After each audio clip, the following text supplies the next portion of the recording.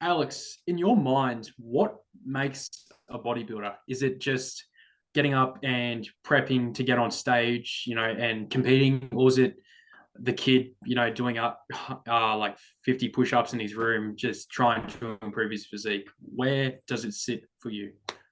So the things that if we take it back to what makes a competitive bodybuilder, you have to be disciplined.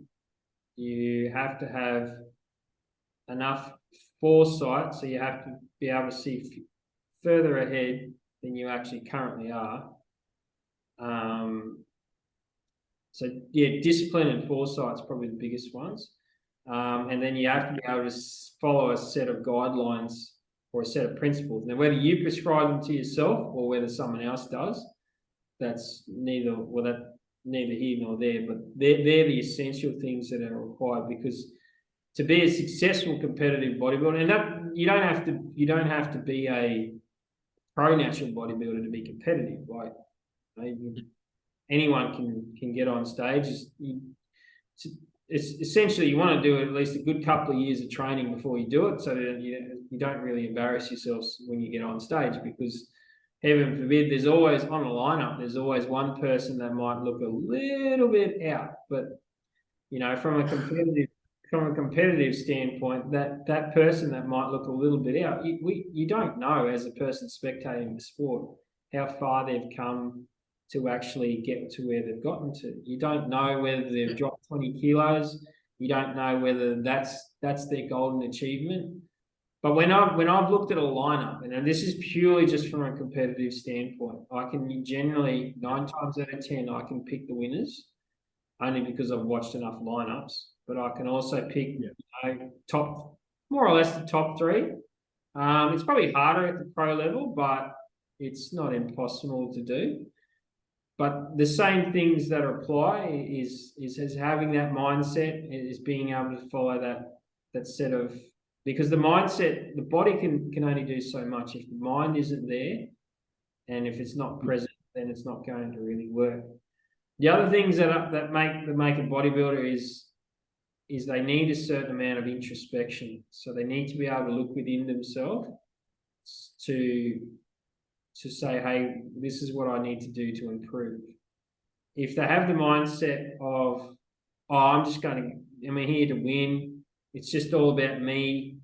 Nah, it's my journey, and everyone else can go to buggery or go get stuff. Then the downside of that is, the downside of that is you'll finish your competition season, and you won't have any family or friends left, because you'll end up burning all those relationships. So that's where that introspection, and then there's a certain amount of awareness that needs to occur as well. Now, initially, when a person first starts, that might sound like a lot of stuff to go through, but you get through it over time, particularly if you stay in the industry, if you want to stick around. Any coaches that, in my opinion, if they're worth having, that they need to be able to mention these sort of things, particularly when someone's in their first initial stages, because they can be a real shock. If someone paints the picture to you that says, oh, well, prepping's great, it's awesome, it's gold roses and sunshine, you're going to be sweet, you're going to win your class, this and the other. Well, actually, not necessarily. At the end of the day, it's a subjective sport. You have a panel of 6 to 8 judges, and they're from a judging perspective, they're comparing you to the next person, to the next person, to the next person. Now, if on the day on a competition, someone turns up that's got 10 kilos more muscle than you at the same body fat level, and the same symmetry, he's probably he's gonna out staunch you. He's gonna out muscle you. So that's not to say that person deserves to win more or less than the other person that weighs 10 kilos less. It's just that from a competitive perspective, where they look at size, where they look at muscular development, when they look at vascularity, they're the certain things. Definition. There you go. Definition as much? Like, kind of depends where you're competing, from my limited knowledge, but let's just say for classic bodybuilding and men's classic physique, where you're standing there with like your board shorts or your small shorts on. And we have discussed the difference before, and I know for a fact that you have competed in both. What would be like the difference on stage there of being competing? Like classic physique, it's a little bit blurred. Like the leanness that you can probably get away with a traditional bodybuilder, you can get away with being a little bit softer. So you don't look like you've dieted as hard. In saying that, I've seen guys in 5 minutes they change their classic posing trunks to little posing trunks that are used for bodybuilding, and they end up winning both categories. Yeah, like, well, so where does my comment go with being soft? Well, in actual fact, if they've got the muscular shape and size, that's applicable for both. And then they might be able to put a pair of board shorts on and they might get away with it. Maybe. It really depends on what the judges are after at the time. It also can depend on how well they can pose, because classic physique poses are different to traditional bodybuilding. There are some bodybuilding poses in there, but their poses are more from the era of the Arnold era, where they're doing their more artistic sort of a style of posing.